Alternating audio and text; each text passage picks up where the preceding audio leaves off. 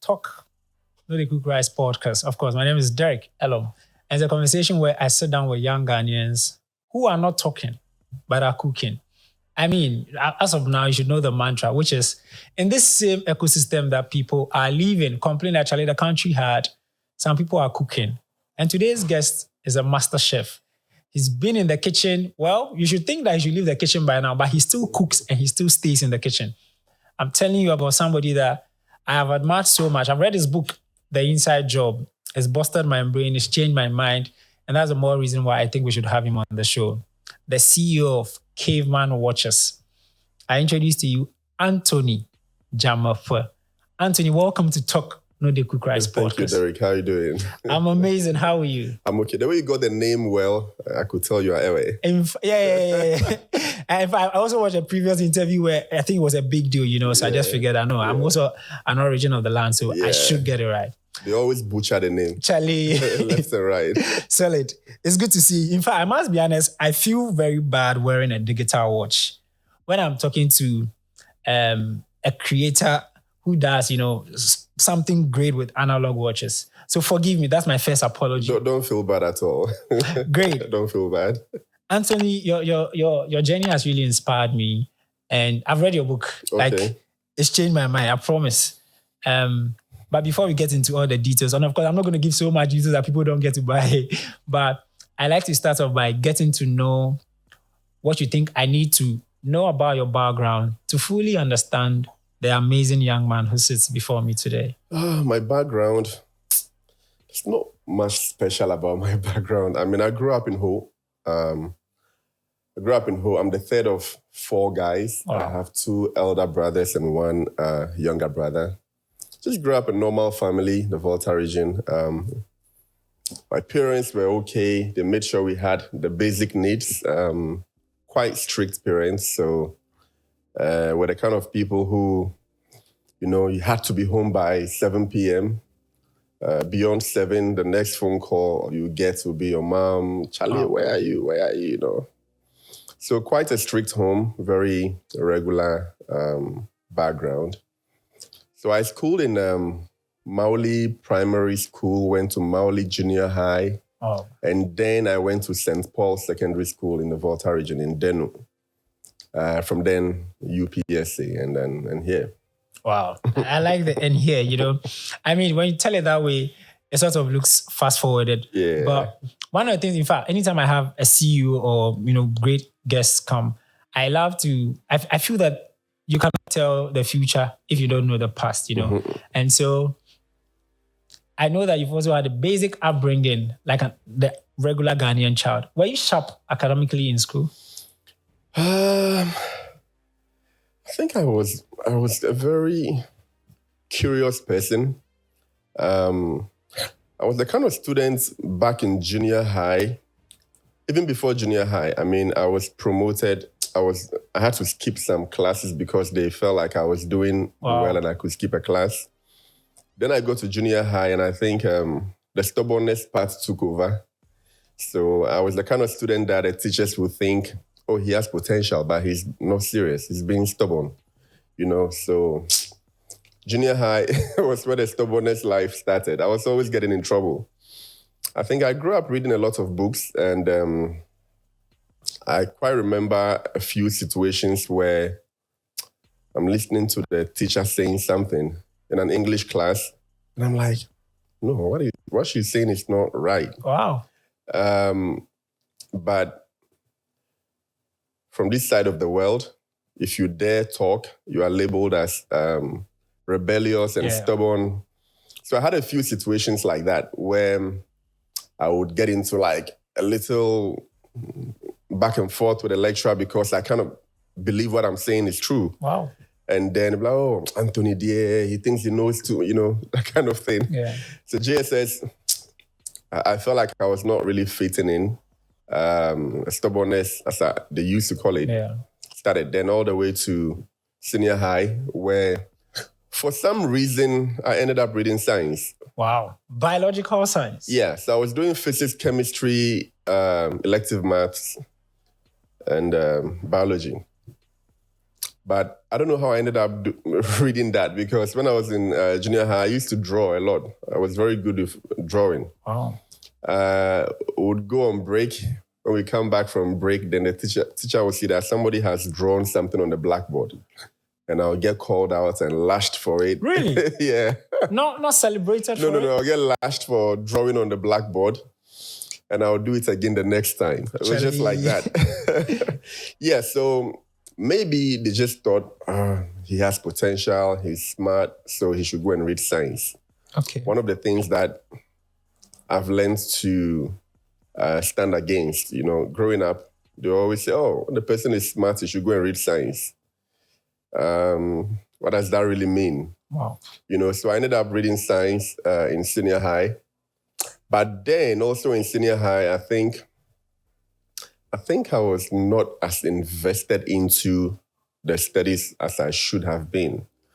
I was kind of like exploring life, I should say, getting in trouble every now and then, jumping the wall to fun fairs here and there. So I was not your typical science student, nerdy guy, always learning. I wasn't that guy. I was more of like out there with the visual arts, general arts students, playing basketball, jumping the fence to fun fairs, getting in trouble. Every now and then, I was always in trouble in school. Always in trouble. So that's how it is. I think my definition of being smart might not be the very traditional one. So yeah, that was my life in school. and I like this explanation, because in the early chapter of your book, The Inside Job, you make you come at the Ghanaian educational system. In fact, to quote you, you say schools have become factories, and we are now fitting square students in round pegs. What do you make of the Ghanaian education system, where we are all put together in a class? All of you are reading home econs, social studies. Unlike other places where we look at your potential. No, Charlie, I think Anthony should be in the visual arts class. What do you make of? And in fact, let's be honest, it's still not really changed. I've had a few people come at the National Science and Maths quiz that we do it and we leave it at theory. Yeah. Well, I must be honest, now they've introduced STEM, which is a lot more practical, but we don't have it as part of the formative years of the young person, that we notify your potential and we put you directly in a place where you can do well. The average mother believes that visual art students, who need serious, visual art, you found right? When I was growing up, my mom was telling me that she noticed that when we were younger, I would open up the radio just to find out where is the sound coming from. The television, I'll touch it. In fact, in my area, I still fix people's antennas and TVs. They call me, Nice. If on hindsight, I would have, perhaps if I were put in a school to read technology, if I read political science or something, I perhaps would have been a master or something, using the 10,000 hours principle, And so what I think is something you come hard at. Yeah, I think it has to do with, I don't want to say colonialism, but I just think that the rate or the pace at which the world has evolved, the education system has not caught up with the speed,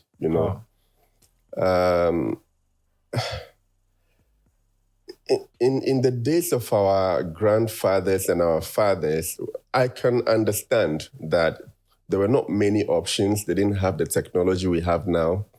So there was just a handful of careers that appeared to be, for the elite, or that indicated that you were successful, But that time is long gone. We are not moving quickly enough to catch up with the speed, the pace of the evolution. That time is long gone. So the time where parents would say, my son is a doctor, my son is a lawyer, my son is a pilot, that time is gone. So I'm quite disappointed that we're not catching up quickly enough. Like I was saying, why was I pushed to go and read science? Because they thought I was smart. We know about that cliche from junior high. Science is for the smart students, and then what about visual art? What about the other courses? you know the level of intelligence required to be like a global standard artist? You know, and I quite remember there was a time I read this article about some imported furniture into the Parliament House from China. And I was like, okay, so we grew up being mocked or being told repeatedly to learn hard and not become a carpenter. Learn hard, don't become like the blacksmith. So we shut down our creative capability or industry, pushing every child to become a lawyer and a doctor. Then now we go to countries that encourage their creative industry to import furniture. So I was like, nah, it doesn't make any sense. Yeah. And also when I was in senior high, I observed that there were biology books that I was reading, right? The books that were imported into the country, you can see a very thick book written by one person. And then the science gast that we were reading was a relatively smaller book written by about 6 people. Yeah. So we're like, okay, you know, in the Western world, when they realize a child has a potential, then they establish it from childhood. So this child grows up becoming an expert in something because they've been doing it their whole lives. In this side of the world, you have people in the universities who still don't know what they are going to turn out to become. Even at the university level, I've had colleagues, myself, while I was even in university, I didn't have any idea about watches. Compared to the Western world where a watchmaker can tell you that he started from, when he was a teenager or when he was 5 years or 10 years, I didn't know anything about watches till very late. So we are at a disadvantage compared to the Western world in terms of the time, how long we've been doing it. So that's my take on the education system. And I also realized one very important thing, that the education system in Ghana is kind of structured to reward good memory. Okay. Not necessarily intelligence. You can choose to link the two how you want. But I realized that the system was designed to reward good memory. Why am I saying that? A lot of smart people, very intelligent people, don't have great memory. It comes with something about ADHD as well for most very successful entrepreneurs. They don't have the greatest memory.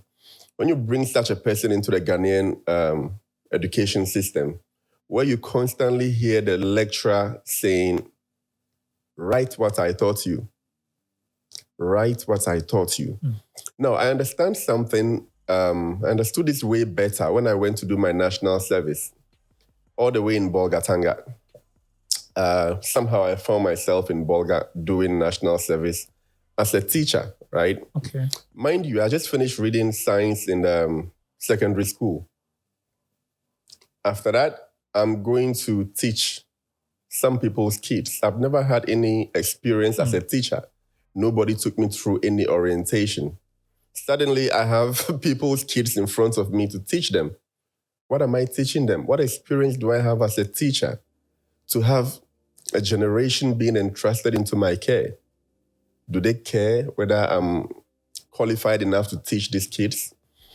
But what I identified was that anytime I set an assignment for them and I had to mark the papers before Monday, during the weekend while I'm marking the papers, there are situations where I read an answer from a student, right? And I'm like, this kid's perspective is really interesting. And it's far from what I taught him in class. It's something I hadn't even thought about. So I'm reading something new from the kid. But I need to finish marking the papers before Monday. And there are quite a number of papers in front of me. Now, that means I don't have enough time to go researching to know what the kid just wrote, like the facts behind it. I don't have the time to go and do the research. So what do? This is not what I taught him in class. Mark him down. Next time, write what I taught you. Not because he was necessarily wrong, but because I do not have the time to go and research to learn from the child. He could be right. So I started realizing that, okay, the education system did not give room for people to think outside the box. There's a box very well defined. So the lecturer will keep telling you, write what I taught you. Because he doesn't have the time, he doesn't have the, I don't want to say humility, but he doesn't have the mindset to entertain the possibility that the kid could know something I don't know. But the fact that I don't know it, or it's not what I taught him, doesn't mean he's wrong. They don't have the room to entertain that. So they'll just mark you down. Wow. That's not what I taught you. Write what I taught you. So when I identified, I was like, nah. So for people to write what they were taught, you could be somebody with naturally very high retentive memory. You don't even need to read overnight. If you can sit in the exam hall and remember what the teacher said in class and write it down, you will pass.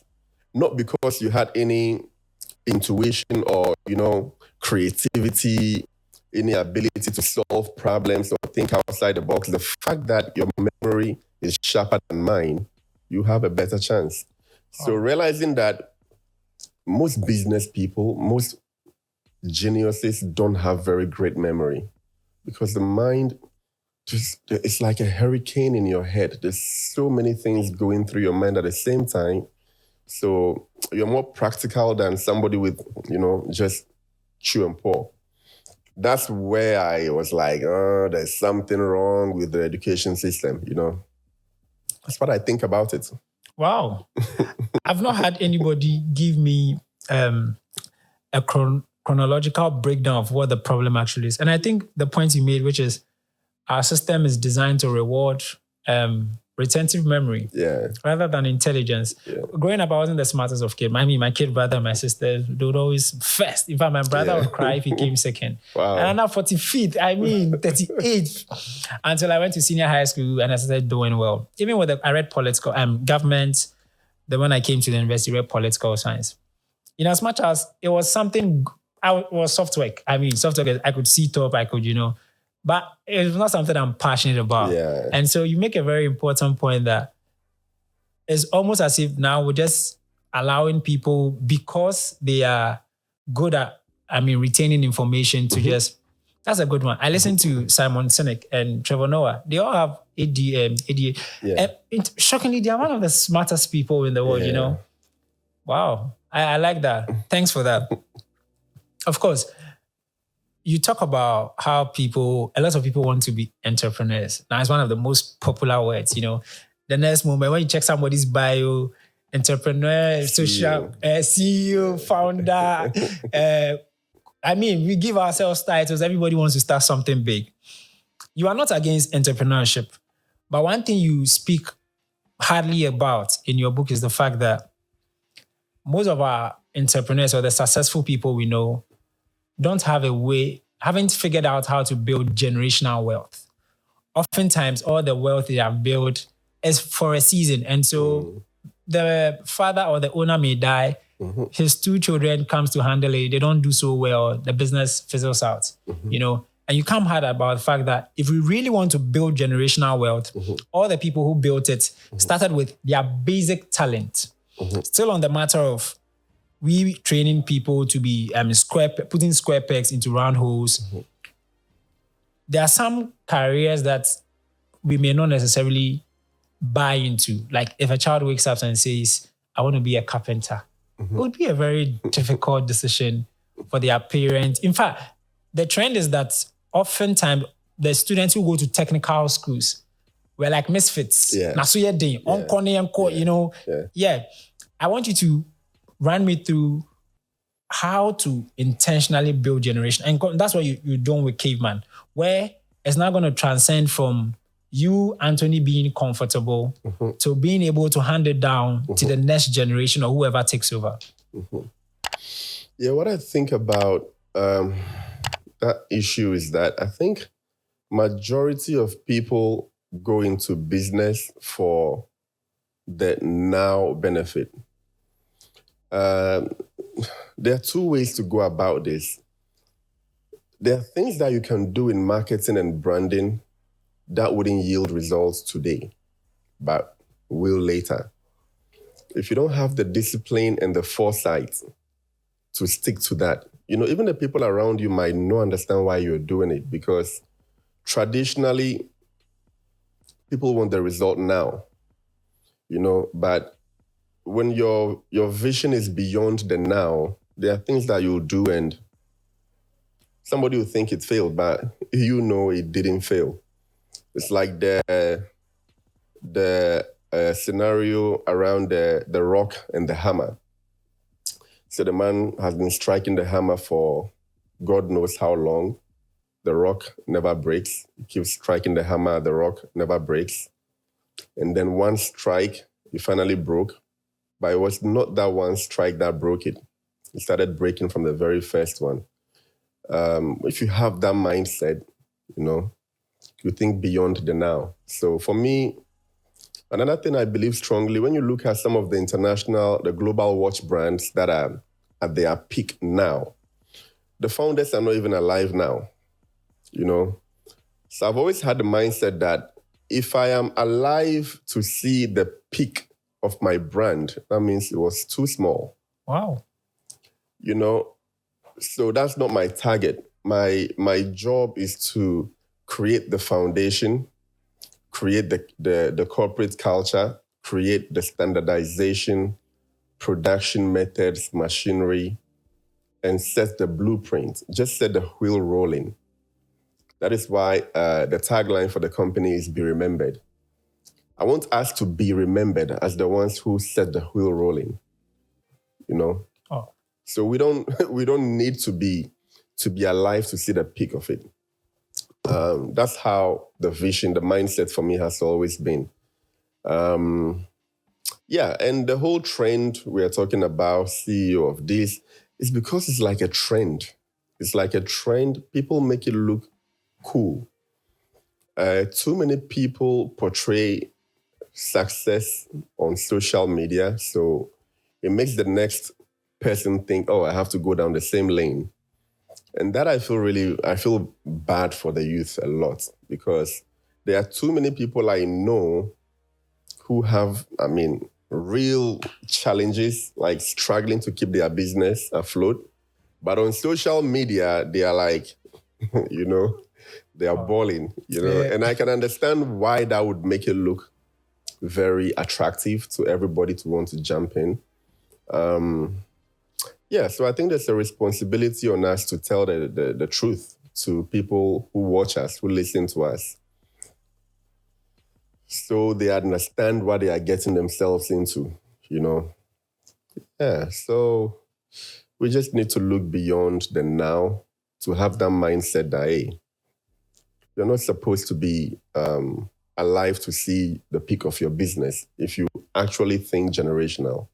My name is Derek Elom Ashilevi, and I just started this podcast journey about 6 months ago. By God's grace, we launched it, and from the first episode to now, we seem to be doing well. We are doing well. I just want to be humble, you see. It's the conversation where I sit down and talk to young people who are doing impressive, especially in a place like Ghana. And we've been cooking some rice for some time now, but we need help. It takes a lot to get you an episode. I'm sure a lot of you believe that our platform is doing some good to you. And so we're calling sponsors. If you want to sponsor Talk No The Cook Rice podcast, we are very open to it. Any form of sponsorship at all. You can give us sneakers. We give you a shout out. Of course, I wear your sneaker. I can't do on TV top video, but free adverts. If you want squeeze back is the L thing where this video will squeeze and you see your adverts playing as it's doing now. Even if it's phone case you think you can use to support the show in any way you can, let's cook this rice together. There are some brands I personally want to be on the show. A brand like MTN. MTN, you are asking, what are people doing today? Hey, my show really aligns with what you're doing, because I'm asking people to stop talking and to cook. Hence the name,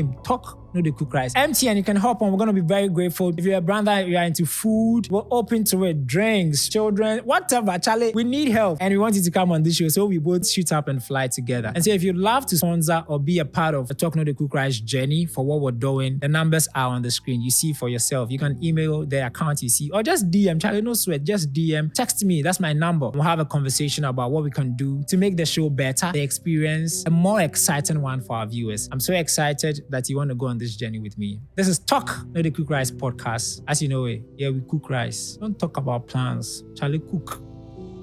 Wow, but Anthony, as opposed to somebody who has right after university, didn't do a 9 to 5, started something. I did a 9 to 5. Great. But it's looking for results. I mean, I get a bit, okay, let me bring this home. So I'm doing this podcast thing. Yeah. Anthony, it's costing crazy amounts of money. And as of now, we've spent crazy amount, you know. And oftentimes, so I talk with my mom, I'm like, we're chasing for sponsorship and all of that. I talk with my mom, I'm like, I don't know, should I put it on hold? Because the money we've spent, my salary is not even able to afford. Yeah. Sometimes my parents have to come in. I've got a few mentors and people who believe in the vision that sometimes would push a certain amount of money. So the basic entrepreneur is believing that, yeah, I buy into the future of success is not now. I'll see the fruits later on. But how long do I have to keep going through this valley of not seeing results? Because to be honest, that's what seems to break a lot of people, that we've put in so much effort, so much time. It seems not to be doing well. I get the rock and hammer bit. I also get the fact that you started off working in a hotel and you noticed that this might not be the way for me. Yeah. How long do I continue? When a thing is really, I need to see success. I need to see results. So my belief is that if it's not profitable or doesn't have potential to be profitable, then it's not a business in the first place, because you need to be making profit. Or a strong potential in being able to scale up what you're doing. Because not every business will start making profit from the jump. But if it's scalable, you would know. What markets do you find yourself in? Is it a red ocean you're in? What is the target market? There are things that you need to ask yourself. And if you get positive answers in most of the questions, important questions, then you can feel safe to still continue what you're doing. But the fact that we say the result will not come now, look, you can get up and set your direction towards the Dodowa road, right? Go through Dodowa, go through Somanya. You can run as fast as you want to run on that road, but you will never appear in Cape Coast, no matter how fast you run. Because the road leads where the road leads, So if you're not on the right road in the first place, you can work as hard as whatever you can believe, the road will lead where it leads. So if you're on the right path, and you're not seeing results yet, once you're on the right path, I would encourage you to keep going. So there are questions you need to ask yourself to see what your direction is. That's a good one. How long did you have to keep going? I'm still going. I'm still going. There's no destination for the road. Your whole lifetime is the journey. So I don't believe there's a point where I'll be like, okay, I've arrived. You just keep on the journey until you stop breathing. So it's a continuous process. So I don't see myself like, I've made it. Like, no. Wow. There are people who come to me for advice, and I also ask them for advice, because we are on this same journey. We are in the same boat, If you find any businessman who tells you that he's figured it out 100%, I'm sure he's a liar, or he's just something wrong with him. I've had mentors that I talk to, ask questions when I see challenges in my business. And the very honest people will tell you that, they're also facing it. The only difference is that there's a concept of being too successful to fail, right? There are some companies that have just become so successful that the negatives don't bother them.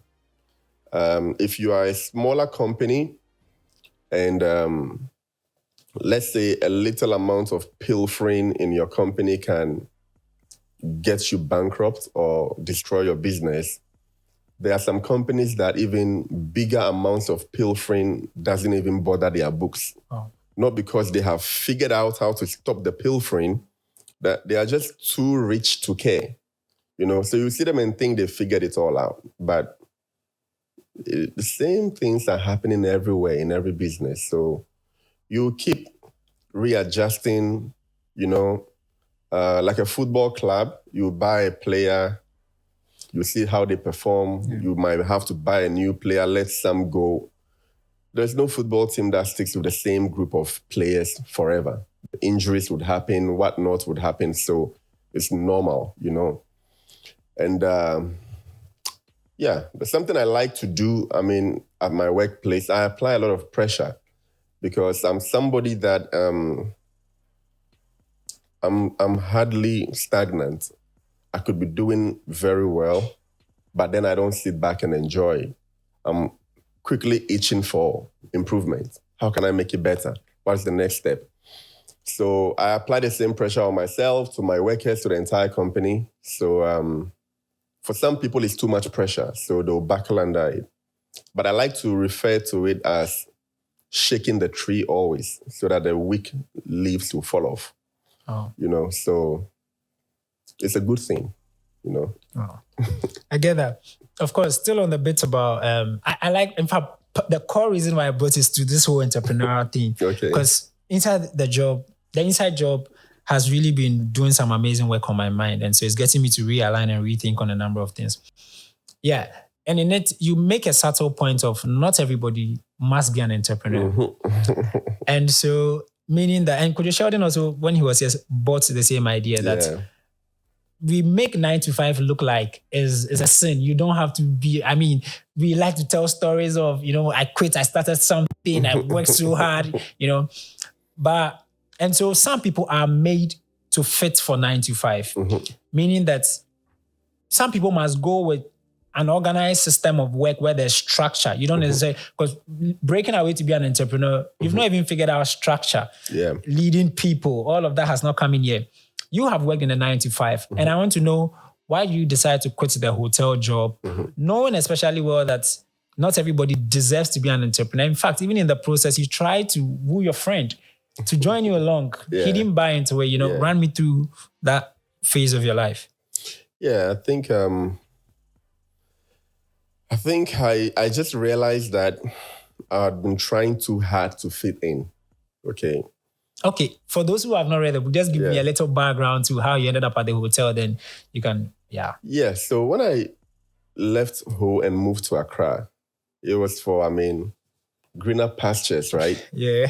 So I moved to Accra, got a very small place to rent. So initially when I came, I stayed with some family friends, Mr. David Go and the family. I stayed with them for some time, and then I rented my first place. Very small room. I remember this, I always laugh. It's like when I open both arms, I can touch both walls. Yeah, serious? Yeah. Was it a cubicle or something? Some makeshift room that was rented out to me. I stayed there just to move to Accra. I believe very strongly in positioning. Positioning is very important. So I moved here, just got my first job in the hotel. Where going to the hotel, I was really confident, thinking that, my whole life to this point, I was known as somebody who was very multi-talented. I could do a lot of things. I could draw. I could do this. I was literally a very crafts person, and I could do anything I put my mind to. So I went to the hotel thinking I was going to make an impression, And then I realized that I was struggling to fit in, honestly. I didn't feel like I was ready to be there, because one of the reasons I moved to Accra was because my dad had passed. So I looked at my mom and I was like, how is this woman going to look after all 4 of us alone? It was very heavy on my heart. So I thought to myself, there's not much I can do for her to help her. The only thing I can do is to be one less burden on her. So I packed and left home because I didn't want to be a burden on my mom. I want to figure it out myself, so that she could focus on the other 3. So while I was trying so hard to fit into the bureaucratic environment, again, I was thinking I wasn't ready for it. You know, it was situations that made me have to man up quickly. So nothing was going well for me. There were times that I would raise my hands in a meeting and give a very smart contribution, something I thought was smart, and then everybody would just laugh, you know, would just ridicule it. And I'm like, I thought I was smart coming here. How come all these people keep laughing at my ideas and all that? And I started believing this is the worst thing that happened to me ever. That at a point in the hotel, I legit believed that I was not as smart as I thought I was. Because I'm looking at all these co-workers, and I'm like, there's no way I will be right and all these people are wrong. I mean, they're all laughing at what I'm saying. Like, I didn't feel confident at all. Like, my self-confidence was out of the window. And I believed it. So I settled for it. I gave up. I gave up on trying. I gave up on having dreams or anything. I was just trying to settle there. Oh. But even that, I still realized that I was always getting in trouble. Like, I wasn't conforming to the bureaucracy. You know, all that led to me saying, you know what, maybe I'm not built for this office thing. Maybe I'm not, because I've been trying. There was a time I took a break, weekend. I sat down, I took a pen and paper, and I started recollecting my life from primary school to junior high to secondary school to uni. And all these periods have been with troubles, you know? I'm like, why just me all the time? I'm like, nah, I don't think this is going to work. So for the last time, let me give this success thing a try, but on my own terms, and see. If I move out of the bureaucracy and I give it a shot at my own terms and I still fail, then I will agree that, yeah, I'm not meant to, you know, succeed or whatever. So that was my plan, to just realizing that I wasn't fitting into the bureaucracy, but there are people who fit into it perfectly. This is why I keep saying that we are all not the same. We are all not meant to be entrepreneurs. There are people who fit into the bureaucracy really well, naturally, and they will do very well in that setting. They'll go up the ladder, they'll make money, they'll be fulfilled, they'll be happy, way more than entrepreneurs would, you know? So you need to identify yourself. It's very important to know yourself. If you come to the realization that you're not much of a conformist to the bureaucratic setting, then maybe you're not meant to be there, you know? So that's what happened to me. I took time to identify myself and I embraced what I found, because I started connecting the dots that all these attributes or characters of mine that used to get me in trouble actually happened to be characteristics that were common among entrepreneurs. You know, the same stubbornness that got me in trouble my whole life is like the foundation of my business. Oh. Because if not for stubbornness, I would not have been doing what I'm doing, because everybody stood against it, you know. If I was not a stubborn person, as they used to call it, trust me, I wouldn't be doing this, because the time that I even started selling watches, just hawking imported watches, every time I come and sell a watch to somebody in their office, they'll pull a chair out for me, say, young man, sit down. Then they'll now come and question me. Why are you doing this? Like, what do you mean, why am I doing this? A young man like you, why won't you go and look for a job? Why are you selling watches? Do you need a job? Why don't you, you know, everybody.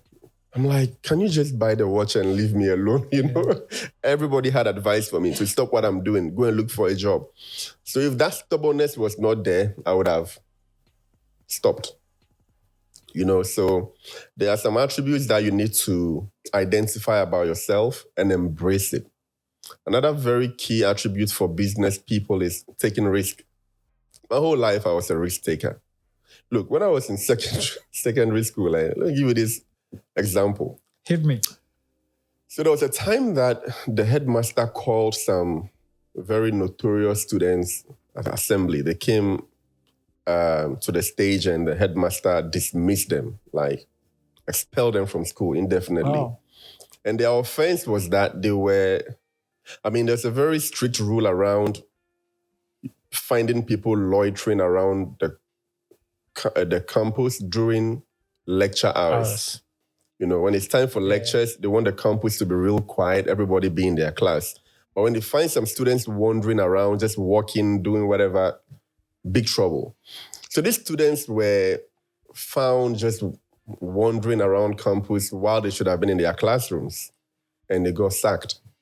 Look, that morning, the whole campus was quiet. Like, the terror ran through the whole school. From assembly, we went into the classroom. And in my class, the teacher that was supposed to come didn't come. So we are just like, I think 2 of the teachers didn't come. And the 3rd one wasn't coming. So I'm like, we've been here for like since morning. We're supposed to just open our books and, you know, compose yourself. Even though there's no teacher, just learn. Yeah. I'm there and I just feel like, Charlie, I'm going to the dormitory to sleep. So I take my book and I walk out and everybody's like, Charlie, wait, was this guy not at assembly this morning and saw what happened? I take my books, I'm going to the dormitory to sleep. And I'm walking to the dormitory and I meet teachers on the way.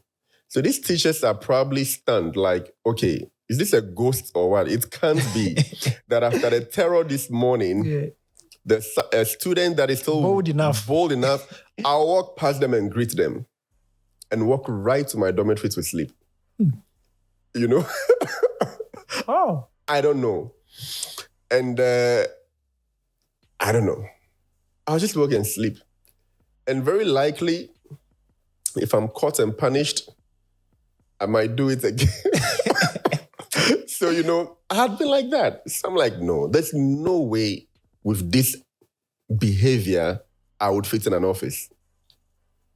I wouldn't. Yeah, it's true. There's no way I would fit in an office. So I wanted to stop worrying myself and stop worrying my bosses. Because every time, hey, Anthony, GM is calling you. Hey, you've done this. Anthony, you've done that. I'm like, let me just make it easy for this, for both of us. So I'm not meant for this. So that spirit of risk-taking and daring, and it was just too strong. So I couldn't be put into a strict setting, like a bureaucratic box. No, It wouldn't work for me. So I came to finally admit it, that no, I'm not going to keep fighting this and keep getting in trouble. I'll embrace it, that this is who I am. So let me set out and create my own path. If I fail at that one too, then I know that, Charlie. Well, I am. Your mindset has really blown my mind, because, in fact, it's one of my favorite chapters in the book, Prime the Pump, where you talk about, you know, you either pour the little water in the jar into the pump. I mean, after having been tired, thirsty in this desert, or you drink it and just, you know, hope. And so it's a crazy mindset to have that. You go big or go home. Yeah, that's me. Wow. So for people, I mean, there are some people that perhaps are watching or listening that want to make a decision, a career switch. Yeah. Probably want to try something new that they've not done. What are a few things that you think probably they should consider before making a switch? Of course, the popular quote is what? The grass is greener on the other side. You know, that's what we all think. But there's another one that I heard that says, well, when the grass is greener, it means the poop is small. So oftentimes people are just thinking that if I live to another media house, I'll probably get, you know. So what are the things to probably consider before coming to the decision that, you know what, I'm a misfit? And it's good to be a misfit. I don't, you know. Well, if you're a misfit, you'll know it, because in my situation, like I said, I kept getting in trouble every now and then. I tried. I'm like, no, let me be of good behavior this week. No troubles this week, but it just wasn't working. But I'm also a very big advocate for the cliche saying, shine in the corner where you are, all right? I just believe very strongly that whatever you're doing, if you are the best at it, you'll be fine. If your job is to clean gutters, and you work so hard at that in the whole Ghana, you are the best at cleaning gutters, you'll be fine. You need to just keep developing your own skills. Skills are something that nobody can take from you. They can take a job from you, but they can't take a skill from you. So I focused on developing skills. I was always interested in learning something new. So right now, I know a lot of things. I know how to do a lot of things. So if you develop skills in yourself, in that same company that you are, when there's the opportunity to promote somebody, the managers always have meetings. We talk about the workers. What about this person? And names go around. Because we are always watching, So when you are somebody that is so versatile, you've developed so much, you become an asset to the company that they don't want you to leave. Look, when I left the hotel, right, I'd never gone anywhere telling people that I left because they sacked me or they didn't like me. I always knew I left because I wasn't fitting in and I was giving them trouble, right? Because I know one thing, that employers are very, very eager looking for good workers. So when I find somebody saying, my boss didn't like me, so that's why I left. Like, this is weird. Because we are constantly looking for very competent workers and we don't want them to leave. It's like the cliche situation where everybody says their ex was the bad person, right? It's like that with companies. Yeah. So if you focus on developing yourself, you become an asset to the company. And if you even want to leave, they'll want to have a sit down with you because you are that valuable. So I think before you leave wherever you are working at, make sure you have reached the limit of your growth there. If there's no more room for you to grow into, and you're somebody who naturally yearns to grow and not be stagnant, I can understand why you should move on, because at that point, you've reached the ceiling there. But if you quickly just jump from a company to another without fully exploiting your full potential there, you may have left too early. That's what I think. So yeah, wherever you find yourself, whatever job you're doing, just be the best at it and just see what happens. Wow. That's a very good insight. Is a bad work culture at a place a good reason to leave? Especially in your place where you could tell that it's not necessarily a bad culture, but they don't see what you see. I think if I know the particular examples you're talking about, that would help. But generally, I mean, we've seen people who resign from positions because the ethics or the values do not align with their personal values, and they don't want to sacrifice their conscience just to be there. So that's a good reason to leave. If I'm in a company that their values or their ethic doesn't align with my personal values, if the culture is a crooked one and I'm a very honest person, I would walk away, because it becomes an issue of what is most important to you. Is it the money or is it your inner self, Okay. Now, Anthony, now you're also running a company. Yeah. And there's one long-standing argument where the people believe that those on top of the ladder, on top of the food chain, are cheating those at the bottom. So we have the bourgeoisies and the owners of the land, And so it's oftentimes people feel that we are doing the dirty work. We are doing the donkey job. Do you still, I know you still design, but do you still, I'm not sure you're still involved in every single designing of every watch. Is that the case? I mean, you may have to educate me on that. When it comes to design, the aesthetics of the brand, it goes through my eyes. Okay. So there's no design that comes out there that I didn't initiate or didn't approve if somebody initiated it. So I'm very much 100% involved in the design. Aesthetic, the visuals, the design process, the content visuals and all that. I'm very much involved in that. But the situation about some people feeling cheated, Yeah. You see, I'm very glad that I went through everything that I went through. I mean, from where I worked and all that, going into the company thinking I was very smart to suddenly feel like my voice was not relevant, and what it did to my confidence really shattered me. I'm very happy I experienced all that. So I know not to do it to my workers, you know.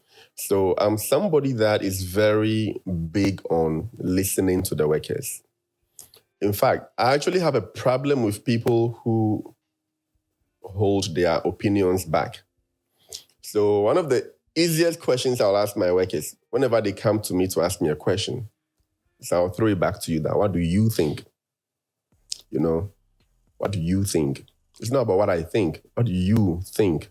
Let me hear yours first. And there are times that I have some people in my production department that I can see this guy is trying to explain something to me so much. He's really passionate about it. I'm not really getting it. But I'll tell him to go and do it for me to see. And there's some victory it gives the workers when they execute their ideas and it worked, right? If it worked, high fives, we are all happy. If it doesn't, I'll teach him what made it not work, you know? And now I see some of my people, Collins and others, when Collins finishes making a dial, then his colleagues will come and tell me that Collins is behaving like you now. Because he finishes the thing and then he'll sit back and look at it. And he'll be very proud of himself, you know. These are the little victories that they get. Because I believe very strongly that my company can only go as far as the employees grow. So if I have an employee in my company that hasn't grown in terms of their competence, their creativity, their confidence and all that, hasn't grown over some period, then I start getting concerned and I want to talk to the person. Because if the person is growing, their skills are improving, that's when it will reflect in the growth of my company. You know, and apart from that, when I talk about growth, I do not want my company to be growing and it not reflecting in the finances of the workers. So anytime we do something new, like, we just acquired a new showroom somewhere, we're celebrating a new stage of the company, first thing I do is call the HR. Oh. You know, I want them to be part of the growth in their personal lives as well, you know. So they are, in tune with the growth of the company, financially, in terms of their competence and everything. Yeah, so I'm somebody who would rather split money around the workers than buy a new car, you know, because those are the things that most entrepreneurs do. I see some of my friends and they're in a first class flight, they're in a business class and they are posting pictures of it. I kind of feel like it's almost like taunting the workers. You know, there are people who wake up at dawn, they don't have a nice car like you do to drive to work. They join a queue in the station to get trotro. They suffer to get to work and suffer to get back home. And while they are working, their boss is posting pictures of champagne in first class. I don't know, but I think as a normal human being, it might give you a pinch. You know, I don't think it's a good balance. So even if you are about that life, don't be shoving it down the throats of your workers because, Charlie, times are hard. You know, times are hard. Most of these workers are struggling. No matter how much you pay or you can afford to pay, they have challenges. So I think it's disrespectful to workers that they are struggling. As much as I am very conscious about their improvement financially, there are a lot of times that my HR tells me, Tony, you are the only employer I've seen doing this. Didn't we just increase salaries 3 months ago? Why are we having this talk now? Tony, it's not done like that, okay? That's the HR slowing me down. Because I'll be looking at somebody and like, how much does this guy earn? And I can clearly see the person's improvement. I can see the person's input in the company. But nah, the money he's earning does not match with the input he's giving out. I'll call the HR. So there are times that the HR and the accountants are the ones who will be slowing me down. That, Tony, it's not done like that. We'll crash, slow down, you know. So personally, for all I've gone through in the working environment, maybe if I hadn't gone through it, I wouldn't have known how to treat my workers differently. So there's nothing about my 9-to-5 hardships that I would change. I loved every bit of it.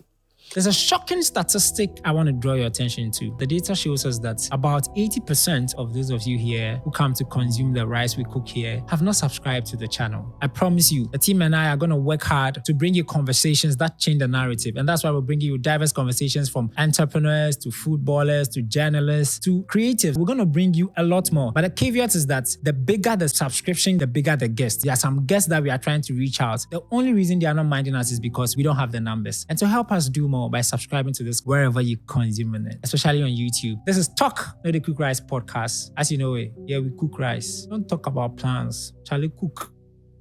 Well, I'm so happy. You're pricking a certain thought, which is very true. And I've heard Simon Sinek make the same points that, I mean, with the evolution of capitalization and industrialization, CEOs cared about their employees, you know, let's grow together. But COVID hit and now layoffs have now become a regular thing where we've reduced employees to numbers and figures. So once we are not hitting a certain benchmark, let's let 50 of them go, forgetting that this 50 may have been the ones working the mail, you know, working the till and all of that.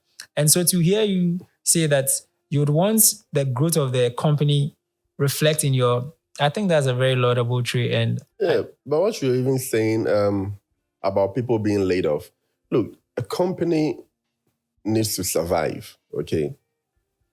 And sometimes the short callers need to do what will save the company. So if the numbers are not adding up and you have to let people go, it might not be a joyous decision, but if that's what will keep the company alive, then it would have to be done.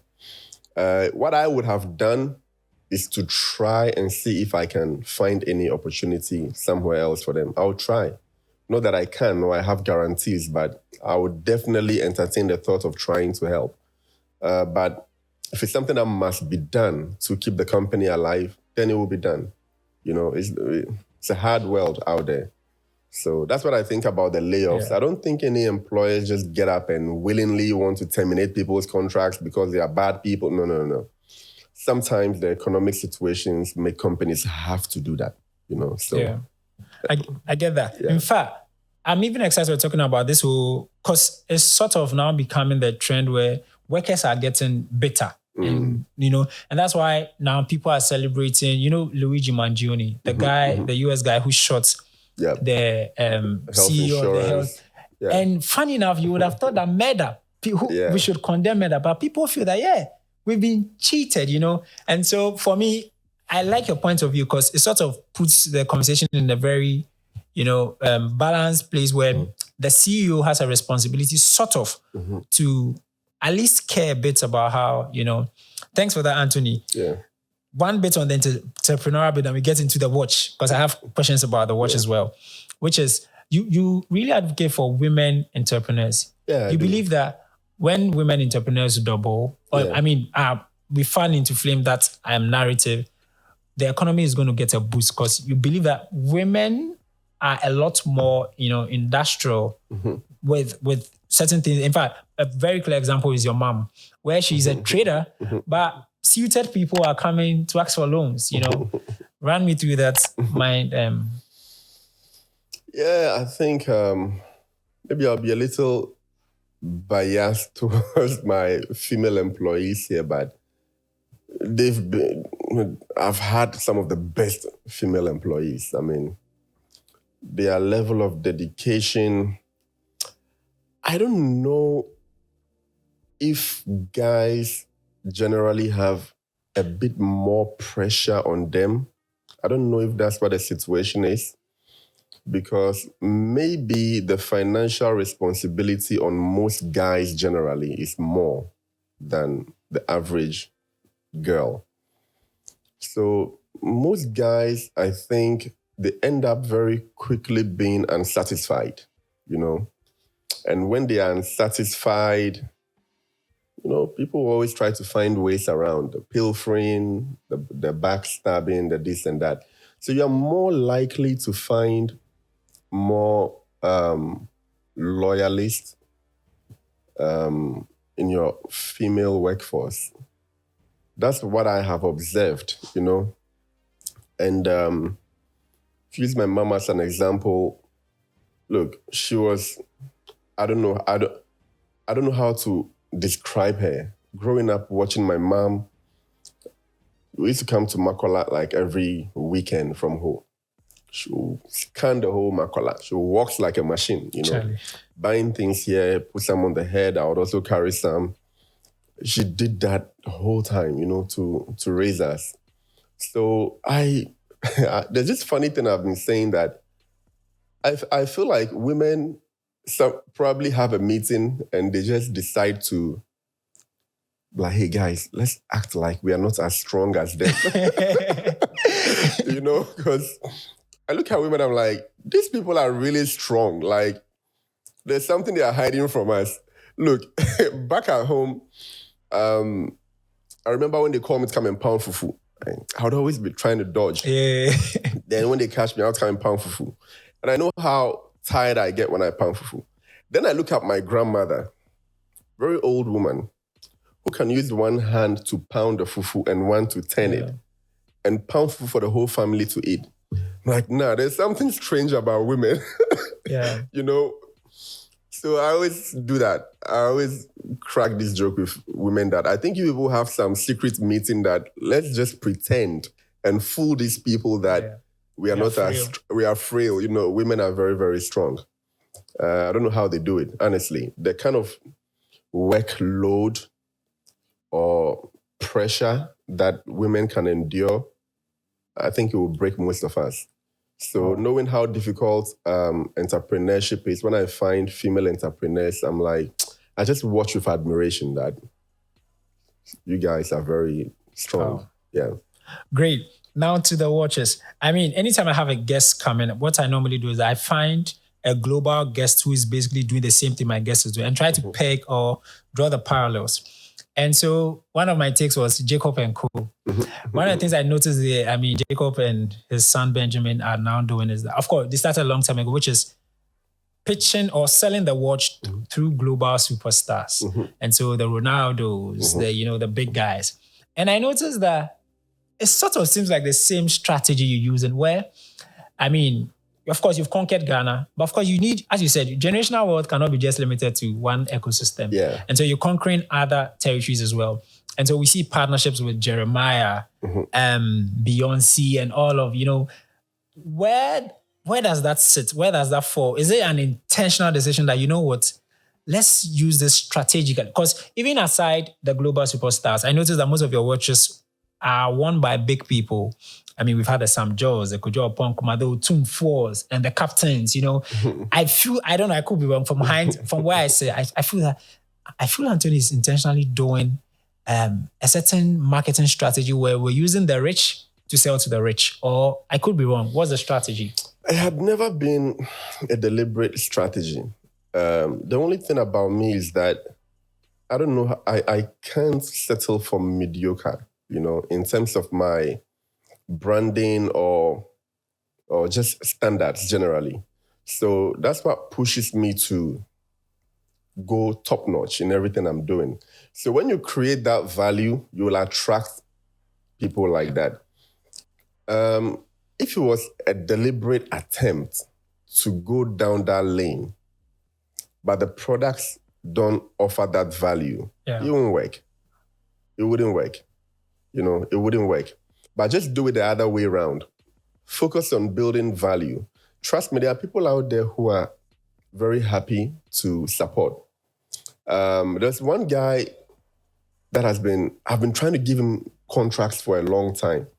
But every time he does a sample for me, I'll look at the item and I'm like, no, the finishing. And I'll just turn it down. Until recently, that we gave him some job to do. And when he delivered the package, I looked all around. I'm like, wow, now I'm impressed.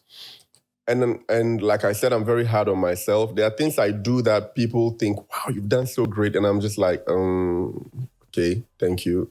But I know it should be better. So it's very hard to impress me. Yeah. So when I saw the package from the guy and I was really impressed, look, I was excited that, finally, I can give this guy contracts. Finally, I can send a lot of money this guy's way.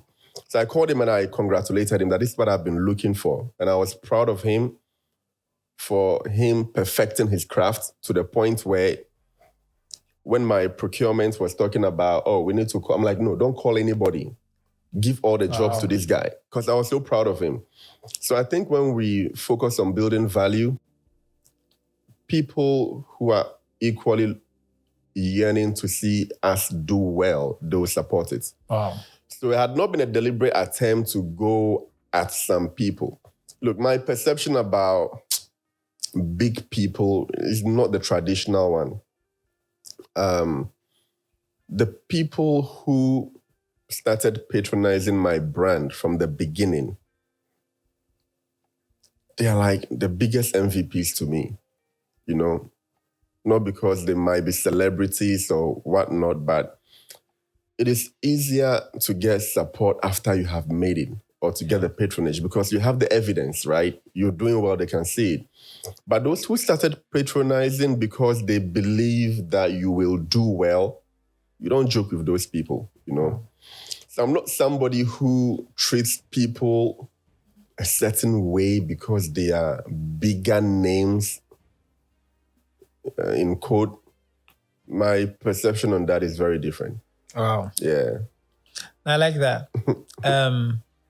Of course, when you make good stuff, there's also, as you mentioned, you're never satisfied. Yeah. There's also the urge to make better. Yep. I mean, of course, I'm told, great is the enemy of good or something. One of them, you know. And so now your brand is out there.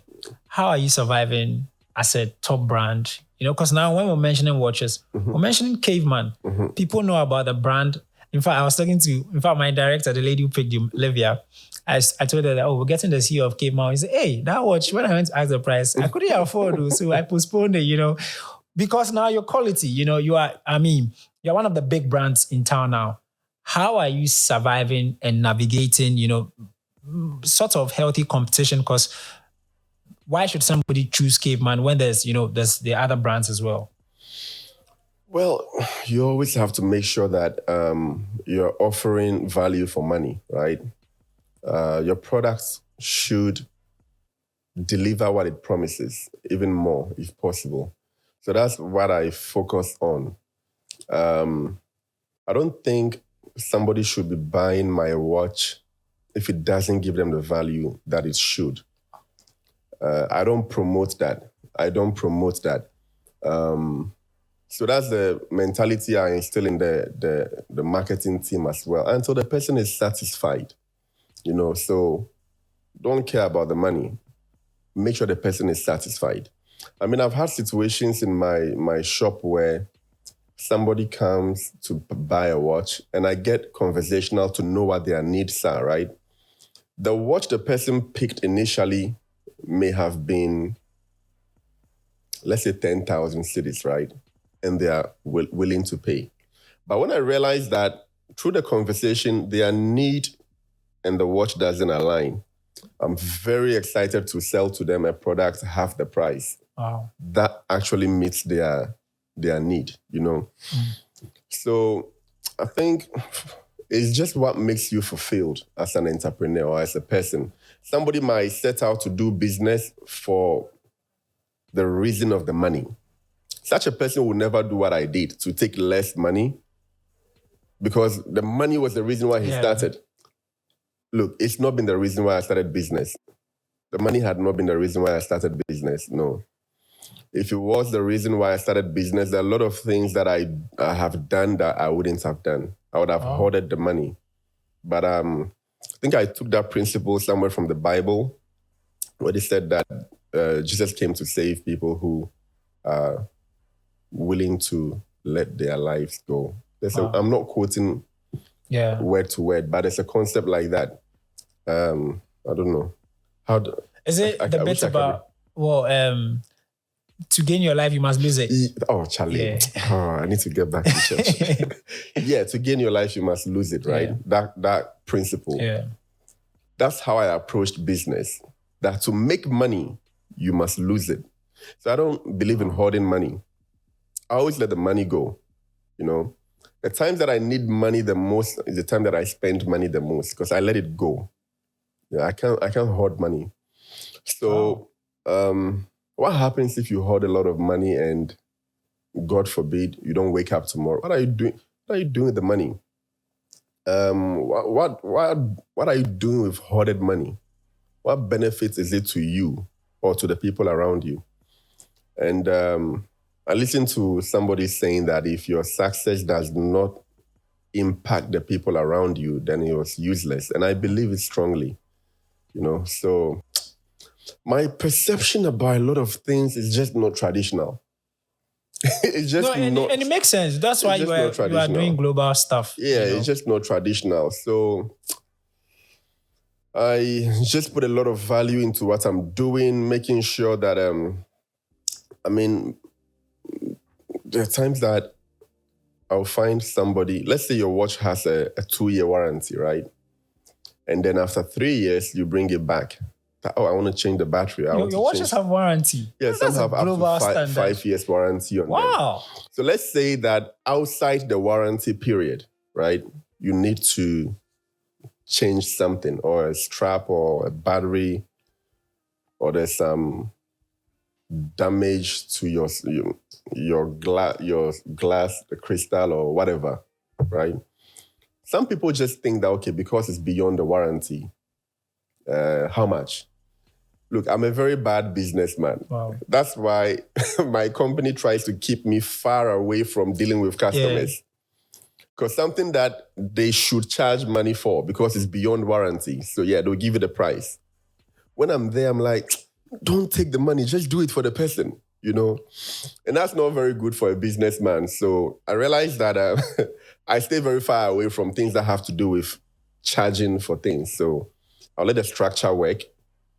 I don't know how to charge money. I might end up giving it to you for free. Wow. So I stay away from it. That's a good mindset. And of course, if businesses were a lot more empathetic, you know, people, and that's how you win people, because the customer can tell that, these people are very, you know. Anthony, we're going to wrap up. We're going to be doing light note questions okay. But before that, I also want, of course, you in the book, you talk about the fact that a lot of successful people don't tell the bad side of it, which is the mistakes and all of that. Yeah. Run me through some of the early mistakes you made in your business and some of the things that you didn't get right that, you know, on hindsight, you're like, I think this time around, I got it wrong, you know? Yeah, I think the first thing would be structures. I couldn't blame myself that much because when you start, you know, you don't know as much as you do now. So it's normal to not get it right from the beginning. But if you have the privilege of getting mentored, I think you need to take structures very important, documentation. Those days that I would go and sell a watch to somebody, and on the way I stop by the chop bar to chop some chicken before I go home, no. You know? You understand? You're just starting, so it's like a hustle. It's not like a proper business yet. But if you can, from the jump, I think you need to take structures very seriously. Documentation, contracts, those things. Wow. Yeah. That's great. We're going to play, I call it play. I mean, light note questions. You're very intelligent. You're very smart. And so I'm going to start off this or that. You choose between them. Then. Yeah, because you're an entrepreneur. Hustle hard or work smart? Work smart. Okay. Passion or strategy? Strategy. Okay. I mean, people say passion. You have to be passionate. You got to be, you know, strategy. Strategy wins over passion. Yeah, it's better. Passion is not enough. you know. No matter how passionate you are about jumping off a building because you believe you can fly. I get it. Yeah. Solid. Building slow and steady or scaling fast? Oh, slow and steady. Slow and steady. Yeah. Learning from failure or celebrating success?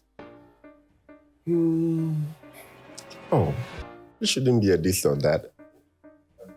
Learn from failure, but don't forget to celebrate your wins. Yeah. Do you celebrate enough? Not enough. I'm learning how to. You should. Yeah. I mean, yeah. Ghanaian market or global domination?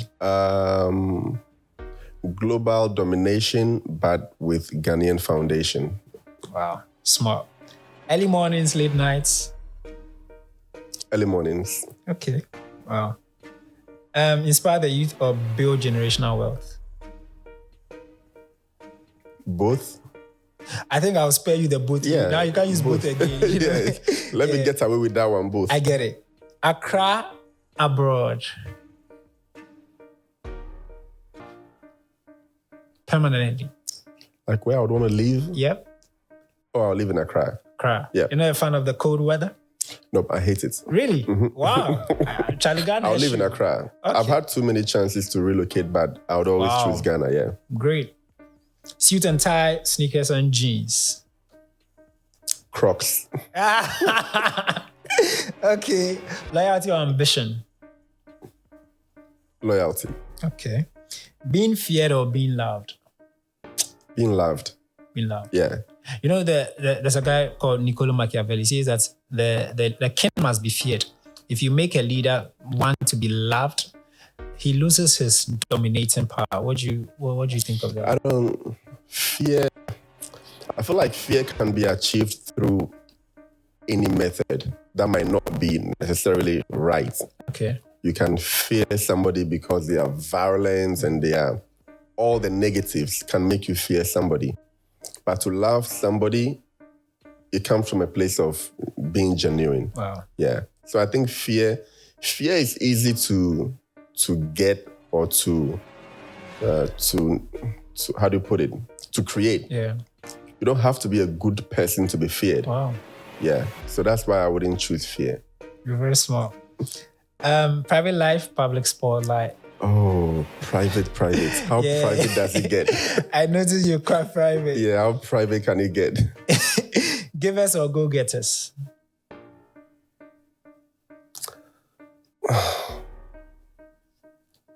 Givers. Okay. Mm-hmm. I want you to leave a question for the next guest. Yeah. He's like, of course, my next guest is somebody big. He's never spoken anywhere before, and he wants to break that with us. You know. A question for the next guest.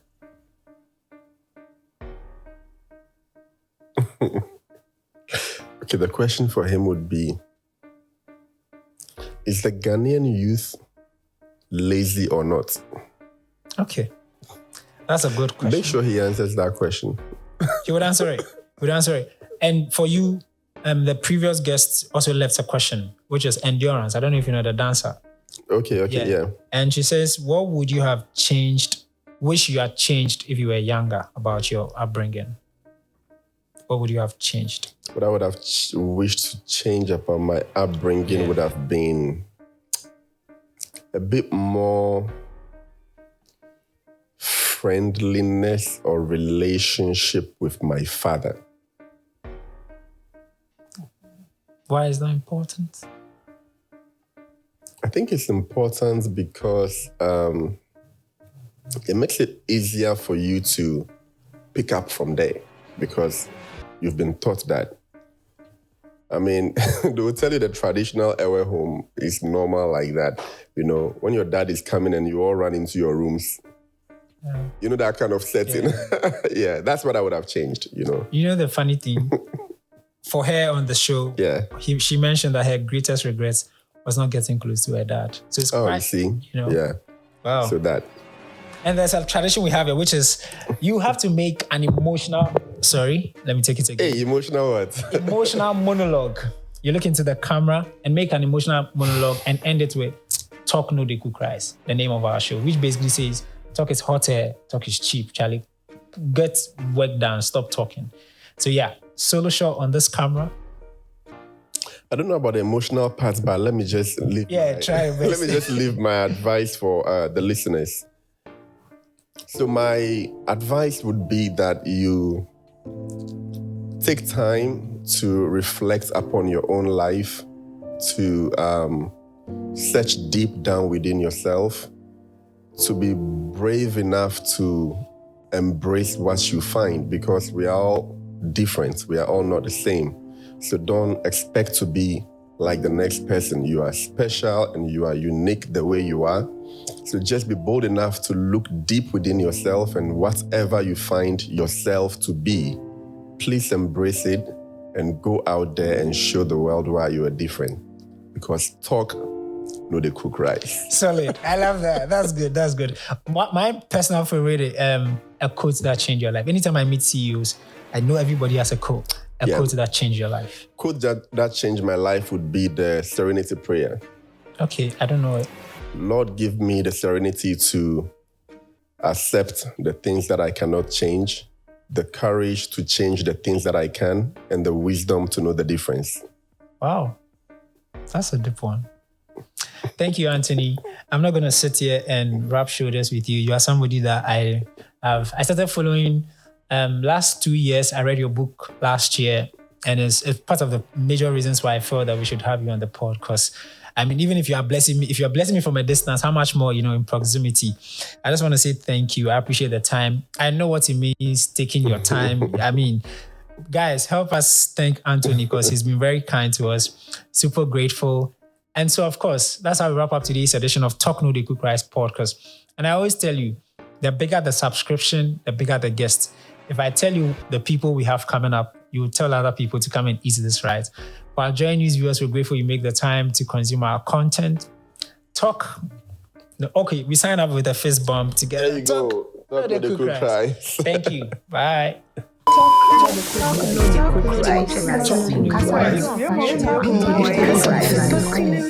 Talk No Dey Cook Rice.